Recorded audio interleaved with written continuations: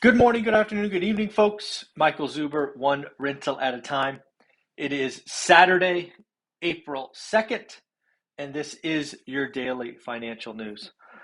Couple of quick things about the channel. We do a daily financial news show 7 days a week. We always aim for starting at 7:30, with one exception on Thursdays where we do it at 7 a.m. Go ahead and check out the playlist, Daily Financial News, below if you want to see what we were talking about on your birthday last month, last year. We should have over 1,000 or so videos there. A couple of quick things. We do have our live stream at 8 o'clock a.m. this morning. I want to read to you a comment that I got on one of my videos yesterday. This comment is what I think a lot of you are thinking about. The housing market is hard. A lot of you are struggling for deals. So I want to read this comment. This is going to be the first thing that we talk about on our live stream at 8 a.m. Yes, this is a tease. Yes, I want you to tune in for this. Yes, I want you to tune in for the 8 a.m. live stream. So here it is. In order to have positive cash flow at 7% interest rate in my market, prices would need to drop 20%. My market is not even one of the hot areas. I am almost certain that interest rates going up and prices going up can't happen the same time for positive cash flow because I don't believe wages won't keep up. So in order for me to get better deals in the future than today at even higher interest rates, prices would have to stop going up. There's a lot in that note basically saying we need a crash. We have to have a crash because prices are too high. I want to crash. And I want to crash by 20%. So this is going to be the first thing we start our daily or our live stream with because I believe your mindset is wrong. Your mindset is wrong, and we are going to talk about that for 5 minutes or so in the live stream because hopefully my students know where we're going with this, but we will talk about that next. Second, I want to congratulate Mandy. Mandy, you were the very first to find the Easter egg that I have hidden on my website. Folks, I have a website, onerentalatatime.com. I have no idea how many people go there. So Mandy sent me a note. She found the first Easter egg on my website. If you want to know where it is on the tab called Courses. So again, if you're looking to be a part of the programs, you're looking to do this, there's an Easter egg on that. And Mandy, your shirt, this shirt right here, will go out in the mail today. It might go out Monday, maybe today, probably Monday actually, but it's the weekend. I don't want to do it on the weekend. Lastly, before we get into the news, we got some people to congratulate. Yes, we still have this contest. We did the first 500, dyed my hair purple. We sent out a check for $14,000 to the food bank, but we're not done. Let's congratulate Justin for getting his deal and Anne for getting her deal. And then Rodrigo, buddy, I'm looking for another selfie. Rodrigo, you got 7 more cards coming, buddy. All of these are on their way to you. These will go out definitely today. I will drop them off in the mailbox. All right, so the daily financial news. Lots of stuff going on today. Lots of stuff. Where should we start?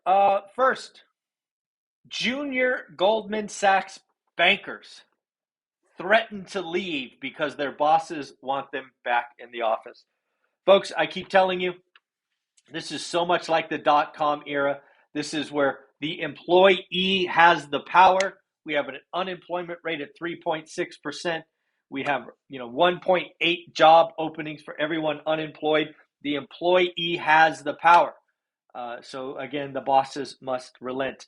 These junior Goldman Sachs bankers make hundreds of thousands of dollars, and they're saying, no, thank you. We don't want to go back to the office. We are going to go work at a crypto or tech startup. Pretty funny. Something I didn't know about Goldman Sachs is 75% of their employees are Gen Z or millennials. I guess it kind of makes sense, right? I don't know, never worked in that area, but it kind of makes sense, right? You work 90 hours a week, all 7 days a week. Your life is your job, and then you do that for 5 or 10 years, and you do something else. I guess it makes sense. Again, employees have the power, so union. Unions are going off all over the place. Starbucks has several locations now that have approved unions. Amazon, I believe there was a warehouse in Staten or on Staten Island that is now unionized.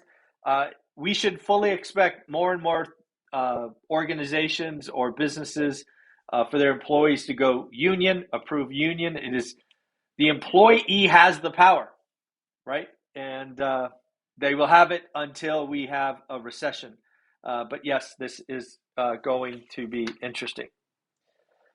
Got some interesting statistics. I did the math, and the math doesn't make sense to me, but this is what the article said. It said 1.36 million folks avoided eviction last year. They avoided eviction because the government paid their rent. 1.36 million, I don't know, I guess feels about right. But what didn't make sense to me is it said $46.5 billion were spent. So to me, that number seemed high. So what did I do? I did the math. I divided 46.5 billion by 1.36 million. And unless my calculator is broken, that means that the person that you and I, because this is our money, we spent an average of $34,000 for someone to stay in their, I guess, property, unit, house. This is what I'm talking about when we rained money down on people. There's a very good chance that a majority of those folks, meaning 51% or greater, could have paid some of their rent but chose not to. And they used that money for something else. This is just another example of where the $9 trillion went. You and I paid an average of 34K, assuming these numbers are correct. More and more folks are talking about the war in Ukraine, in Russia, between Russia and Ukraine, possibly causing mass famine. This is something I've told you about since day one. Our food supply is not very robust, worldwide food supply. And when you miss a planting season or you triple the cost of fertilizer, it is going to have an impact. So yeah, we've missed the planting season, and I'm fearful for 4, 5, 6 months from now. So again, hopefully peace starts today. Hopefully peace has already started, but doesn't seem like we're going that direction. Yield curve officially inverts. Again, it has started. We will see how long this happens. It actually inverted at a couple of segments. The 2 and 10s, the most often quoted. The 2-year now is 2.44. Last time I checked. The 10 is 2.38. So a pretty significant steepening. It initially was just barely. Now it's getting steeper the wrong way. Interestingly enough, the 2-year is above the 30-year. Folks, that is not normal. That is not supposed to happen. Who the hell would borrow money, would lend money at 30 years for less than 2 years? Bonkers. Just bonkers. The strong jobs market, strong wages, and aggressive Fed means that we are eventually going to enter a recession. A soft landing is a myth. We need to get the Fed funds to neutral, and you and I talked about what neutral is a couple of days ago. We are not even close. Every bank, Citigroup, Goldman, Bank of America, Morgan Stanley, and JP Morgan are calling for 50 basis point move in May. I brought you that first, I'm happy to say. 4 of those 5 are calling for a 50-50 May and June raise. Again, I brought you that first. I'm glad they agree. The only one that does not see it is Morgan Stanley. Morgan Stanley sees the Fed getting to 1.75 by the end of the year, where the other banks are between 2.5 and 3%. So I'm not sure what Morgan Stanley sees that everyone else doesn't, but they clearly are seeing a worse picture.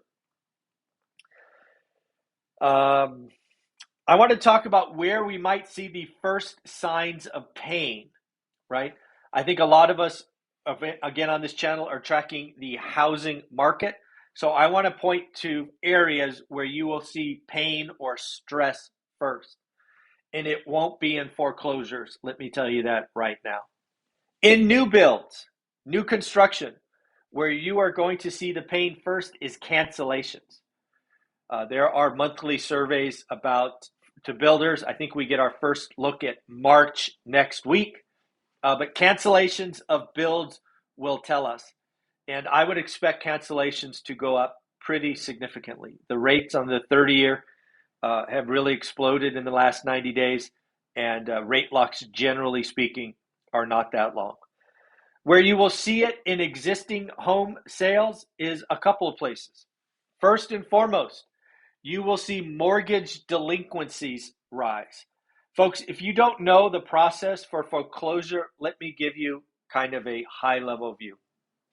First and foremost, mortgage delinquencies. You do not even qualify to enter the foreclosure process until you missed 3 payments.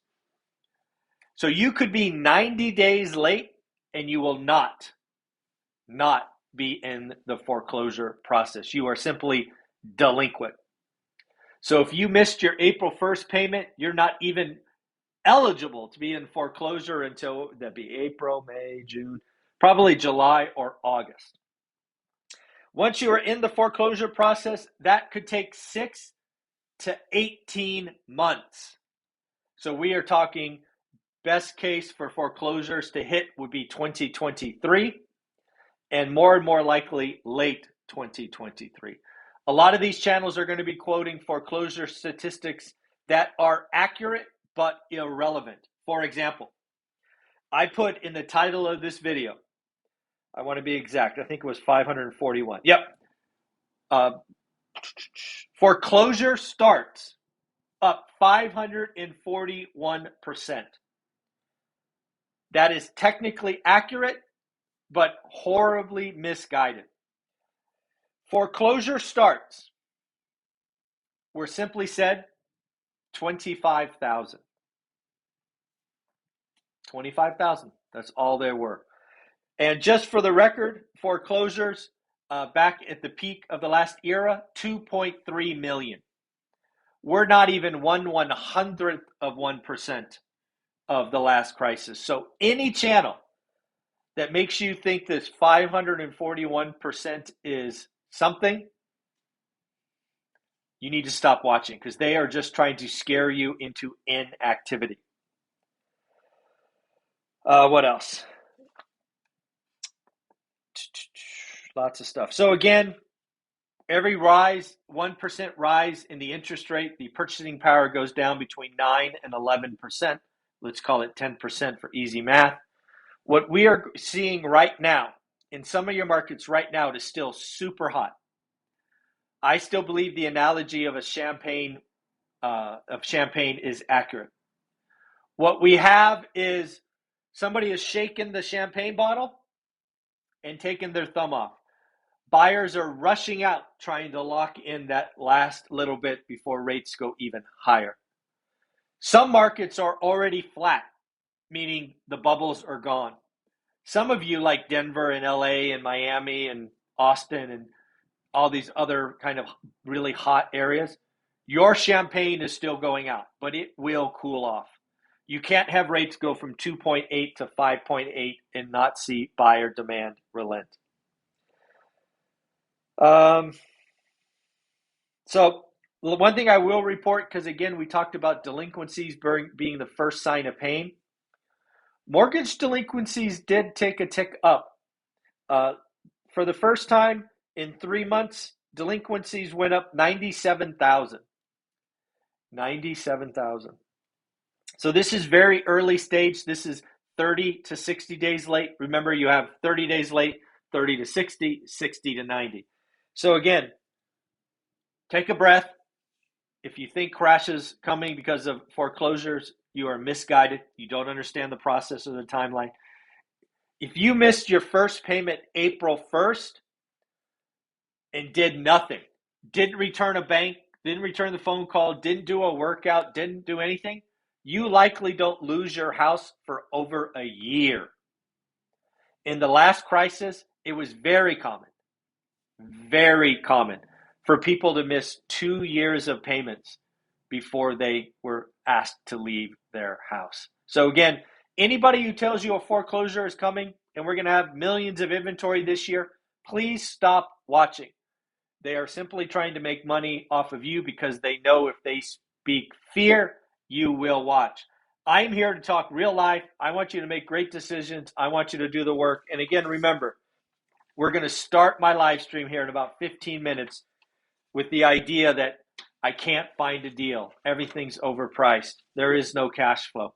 I'm going to hit that head on because that is the wrong attitude and the wrong mindset. We're going to talk about that together. Have a wonderful day. I hope to see you on the live stream. Like, subscribe, comment. Do me a favor. If you're still watching, put in the comments hi, and I will do my best to reply back later in the day. Apparently, comments make this video go viral. So like, subscribe, comment. Have a wonderful day. It is Saturday. Don't forget to do the work. And again, Mandy, congratulations on finding the Easter egg or this shirt. Take care, everyone. Bye-bye.